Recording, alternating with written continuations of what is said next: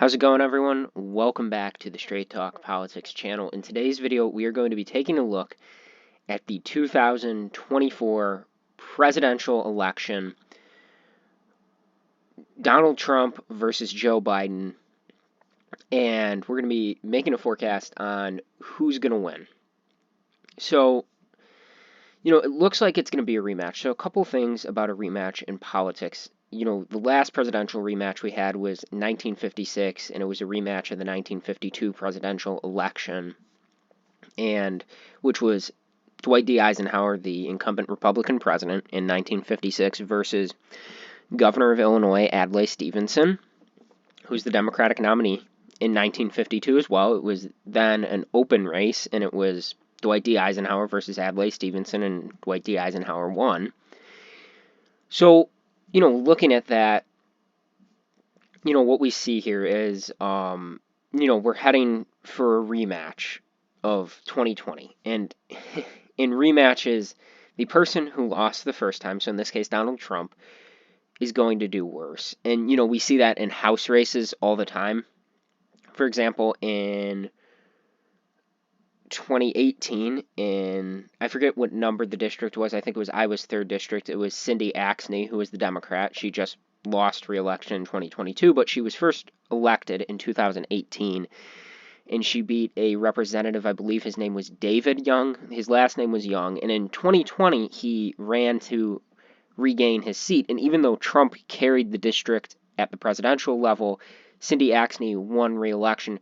So there's definitely a correlation between between running again and losing worse.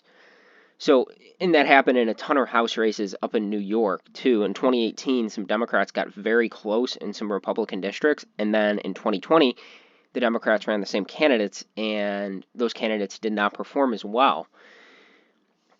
So, Donald Trump would do worse here than he did in 2020. Now, I don't know if any states are going to flip, but Donald Trump would definitely do worse than he did in 2020, especially given his criminal indictments and everything going on with that, and how polarized the nation is and how independents are leaning towards Biden. And despite Biden having approval ratings that are lower than historically where presidents have been when running for re-election, Donald Trump's favorability rating is also very low and lower than Biden's approval rating. So, I'd say Joe Biden is favored here. I'd say without a doubt Joe Biden is favored here.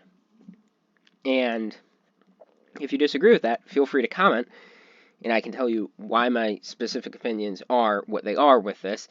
And, I don't bring my political persuasions into this. I look at the facts, and I look at historical trends, and judging by historical trends, this is not looking good for Donald Trump's campaign. Despite the fact that he is running away with the Republican nomination, in the general election, things aren't looking too good for him. Especially, Biden has the Democratic nomination pretty much locked down with only token opposition. So, starting off for Trump, all the safe Republican states are going to be safe Republican states. And, Kansas and Nebraska's first, I'll just categorize as safe Republican. I think they were both decided by like 14.9 percentage points in 2020. But just for the sake of simplicity, I will classify them as safe Republican. Same with Missouri, same with Indiana. Those were both safe in 2020. I honestly don't know if they'd stay safe in 2024, or if the margins would go down to below 15, maybe 14 or 13. But regardless, 113 safe electoral votes for the Republicans. And now you see for the Democrats, California, Oregon, Washington, Hawaii, Illinois, New York, Vermont, Massachusetts, Connecticut, and Rhode Island, New Jersey, Delaware, Maryland, District of Columbia, Maine's 1st District. And you look at this map, and the Democrats are at 181 electoral votes, safe electoral votes. And, then I'm going to add another state to this, and that's Colorado. And that's a state that 8 years ago in 2016, well, 7 years ago at the time of this video, was decided by 4.9 percentage points. In 2004, Colorado went Republican. But what we saw from 2016 to 2020 is Colorado shift towards the Democratic Party by around 9 points. Joe Biden won with 53% of the vote to Donald Trump's 40% of the vote, with I think the Libertarian candidate taking a significant portion of the vote share there. Or actually, I don't know if maybe it was 54 or 41, but regardless, or maybe it was 55. I think it was 55-42. But regardless, Joe Biden won by 13 points in Colorado in 2020, and chances are he's going to expand on that margin of victory in 2024, especially given what we saw in 2022, despite the fact that we had a Democratic incumbent as president, Joe Biden. We saw the governor of Colorado, who was a Democrat, be reelected by over 15 points. We saw the incumbent senator of Colorado, Michael Bennet, be reelected by 14.9 percentage points, almost 15 points. And the thing with that is that was Michael Bennett's largest margin of victory, greater than 2016, greater than 2010. In 2016, Hillary Clinton carried the state of Colorado, and although Michael Bennet outperformed her, Michael Bennet doubled his margin of victory from 2016 to 2022. So Colorado is now pretty much a blue state. So I'm leaving that as safe Democrat. And now moving on to the likely Republican states, we have Florida. And Florida is kind of like the Republicans' Colorado. We saw it shift to the right from 2016 to 2020. It was one of the few states that Donald Trump significantly improved upon from 2016 to 2020. Excuse me. And, in 2022, obviously we saw Senator Marco Rubio be reelected by around 17 points and Governor Ron DeSantis be reelected by 19 points. And moving to 2024, I see Trump winning here by around 5 to 7 points. I don't see him having as big a margin of victory as Rubio and DeSantis did. I just don't see that happening on the presidential level, so I'll put it in the likely Republican column, 5 to 7 points. Then South Carolina, probably by around 9 to 10 points for Donald Trump.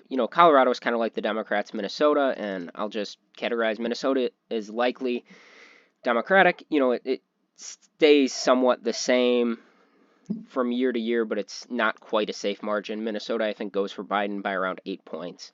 And then Alaska, I think, goes for Trump by around 8 points. Now I'm just doing likely states for both parties. Ohio, I think, goes for Trump by around 8 to 10 points. Iowa by 9 to 10 points. Nebraska's 2nd district for Biden by around 7 points, same as he won in 2020. Virginia for Biden by around 12 points, I'd say. I think, once again, Virginia is another state that from 2016 to 2020, we saw it shift left. And while they do have a Republican governor now, Trump and Trump's candidates don't play well in the state of Virginia, so that's why I'm categorizing it as, 10 to 11, 9 to 12, whatever I said there, points, because I think it's going to become more blue from 2020 to 2024. And then Maine's at-large electoral votes, Biden won by around, I want to say 7 points. Same with New Hampshire. I think both of those go for Biden by around 7 to 8 points. Then New Mexico, Biden won, I want to say by at least 10. I see it going for Biden by 10 again. No real changes here. Is the way the map's going to change, I think, is really in the swing states, and then also in states that have had significant political trends in either direction. So Colorado, Florida, somewhat Alaska, somewhat Virginia, somewhat Ohio, and Iowa. And then, Maine's 2nd district, I think goes for Trump by around 5 points. I think that margin of victory gets narrower, but I don't see it quite getting into the lean margin quite yet. I also don't think the Democrats are going to contest Maine's 2nd district on the presidential level as much as they contest some of these other states, and we'll go right into the lean states here, and that's Texas. I think Trump wins by around 4. I think Texas is going to be the Democrats' biggest target to pick up. I'd say Texas and North Carolina are going to be the 2 states that the Democrats really try to pick up, and I'm going for Texas on this one, saying it's Texas because there's a Senate race in Texas, and Ted Cruz is unpopular in Texas despite being the incumbent Republican senator. So I think the Democrats see a pickup opportunity for the Senate, possibly in Texas. Right now, I rank that race as lean Republican as well. But on the presidential level, I think Texas is lean Republican. And I think that's going to be the Democrats' biggest target in 2024 for where they're going to spend money, where they're going to try to flip the electoral votes. Texas and North Carolina, obviously, they're going to be putting resources into North Carolina. President Biden's campaign has already put resources into North Carolina, and I think Texas will be on that list as well, just because of the weight of its 40 electoral votes. And then Michigan, Pennsylvania, Nevada, I see is going for Biden by around the same margins they did in 2020. Nevada, Biden won by 2. I see him winning by 2 to 3. Even if it goes down to 1, still a lean margin. I don't think Nevada will swing that much. Michigan, Biden won by, I think, around 2.8, so 2 to 3. I think he'll win by around 4. I think with the Michigan Republican Party being in relative disarray, that Biden has a better opportunity here, especially after the results in the 2022 midterm elections where Trump-backed candidates failed in Michigan. So I think that Biden's going to do well in Michigan. In Pennsylvania, Biden won by around 1.2 percentage points. I see him winning by around 2 to 3 here. So I think the Rust Belt goes back to the margins that John Kerry and Al Gore won by in 2004 and 2000 respectively. So I think, we see Michigan and Pennsylvania remain competitive, but still in the leaning Democratic column. And then Arizona is the last lean Democratic state I have, and that actually puts Biden over 270 at 277. And, we saw in 2020, Arizona voted Democratic for the first time since 1996 and for the second time since the 40s. And that's mainly because Arizona voters did not like Trump's brand of the Republican Party and voted against it and voted for Biden, and Biden won Arizona by under a point in 2020. And then in 2022, for the gubernatorial election, in the days leading up to the election, Kari Lake, the Trump-backed Republican candidate, was leading in the polls over Democratic Secretary of State Katie Hobbs, who was the one who certified Biden's victory and stood up to the false allegations of voter fraud. Once again, voter fraud did not happen. The 2020 election was completely legitimate. Biden was the legitimate winner of the 2020 election. And then we saw Katie Hobbs actually win by under a point against Kari Lake, even though Kari Lake had been leading in the polls. So, we've definitely seen Arizona voters on multiple occasions, even when the polling shows the Republican ahead, that the Arizona voters are going to reject Trump's brand of republicanism and reject Trump-backed candidates. In 2018, Doug Ducey, who's a moderate Republican who, stood up to Trump's lies of voter fraud, who encouraged the certification of the 2020 election, he won in Arizona by close to 14 points. So I think Arizona would vote for a moderate Republican, perhaps, but against Trump, when it's Trump versus Biden, Arizona is going to vote for Biden. And, Arizona voters have shown that they have rejected Trump's brand of republicanism time and time again. And then moving on to Wisconsin, Georgia, North Carolina. Wisconsin, Georgia, tilt Democratic. Once again, with Wisconsin, I said, we see the same margins we saw for John Kerry and Al Gore in the Rust Belt. With Georgia, I see Biden winning by closer to a point, maybe 0.7 or 0.8, but I still see it being very competitive, especially considering its geographical proximity to Florida, where Trump is. I see Trump, outperforming Herschel Walker just a little bit. And then North Carolina, I think North Carolina is on track. I don't think it'll flip this cycle. It might. North Carolina, Georgia, Wisconsin are obviously going to be the 3 closest states. And North Carolina, I think, is definitely going to go down to tilt Republican. Ever since Obama flipped North Carolina for the first time in 2008, it hasn't gone back to the Republican state that it was. In 2000 and 2004, George Bush was winning by over 10 points in North Carolina. And then in 2008, Obama won North Carolina by under a point. In 2012, Romney won by around 2.8, 3 points. In 2016, Donald Trump carried the state of North Carolina by 3.5 points. And in 2020, I think he carried it by 1.5 points. So it's definitely trending towards the Democratic Party, or back towards the Democratic Party, I should say.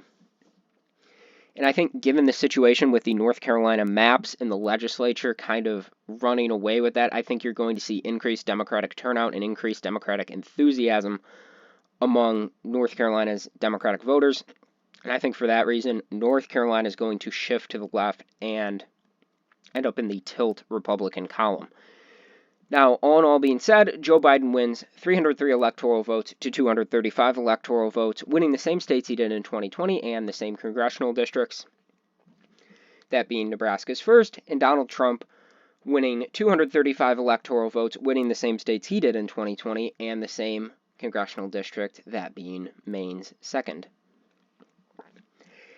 And all in all, looking at this, you definitely see Trump's vote share decline compared to 2020. You definitely see it go down. And like I said, there wouldn't be huge swings. If you look at 1952 to 1956, when Adlai Stevenson lost the first time versus the second, there weren't huge swings in the overall electoral vote, but you definitely saw Dwight Eisenhower solidify his margins in some states that were closer in 1952. And I think you're going to see the same thing in 2024. You're going to see Joe Biden kind of solidify his margins in some states that were closer in 2020. You're not going to see those states be as close in 2024. For example, Arizona was under a point in 2020, and that's the tipping point state in 2024, and it's over a point.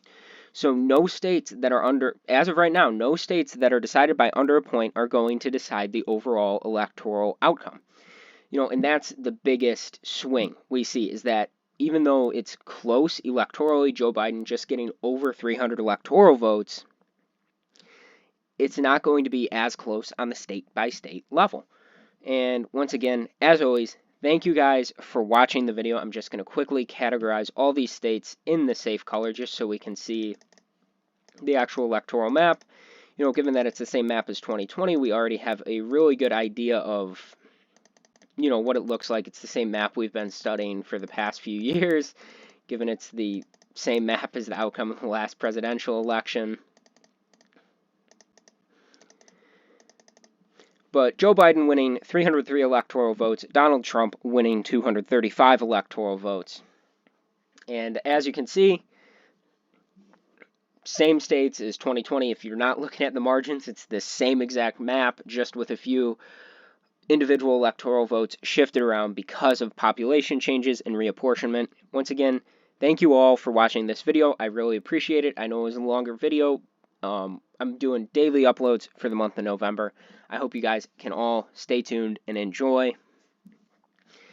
And I hope you all have a great day. If you like the content, please remember to like the video and subscribe to the channel. It's going to help me out, and turn that notification bell on, because that's going to help you out, because you are going to get notified when I post this political related stuff. Remember, stay unbiased. This is fact-based right here, and I'm going to try to get this perfect. I want to get it down to the margin that the state's going to be won by in 2024. Not just the winner, not just who's going to win each state, but the margin as well.